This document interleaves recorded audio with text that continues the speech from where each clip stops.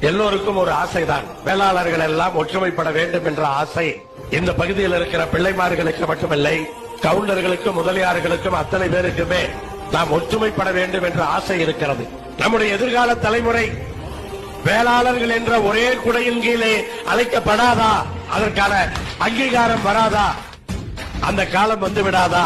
நம்முடைய காலத்திலேயே அதை உருவாக்கி செல்ல முடியாதா என்ற ஆதங்கத்திலேதான் அத்துணை முயற்சிகளையும் எடுத்துக் கொண்டிருக்கிறோம். நமக்கெல்லாம் ஒரு அரசியல் அங்கீகாரம் என்று சொன்னால், சட்டமன்றத்திலே நாளைக்கு உறுதிமொழி எடுக்கிறார்கள் என்று சொன்னால், வஉசிக்கு வணக்கம் தெரிவித்து அங்கு சட்டமன்றத்திலே உறுதிமொழி எடுக்க வேண்டும். நம்முடைய சமுதாயங்களை சார்ந்தவர்கள் மற்ற கட்சிகளிலே எம்எல்ஏக்களாக எம்பிக்களாக வெற்றி பெறுவதிலே நமக்கு மகிழ்ச்சி தான். ஆனால் அதே நேரத்திலே அவர்கள் சமுதாய ரீதியான இயக்கத்தை வளர்த்துவதற்கு உறுதுணையாக இருக்க வேண்டும்.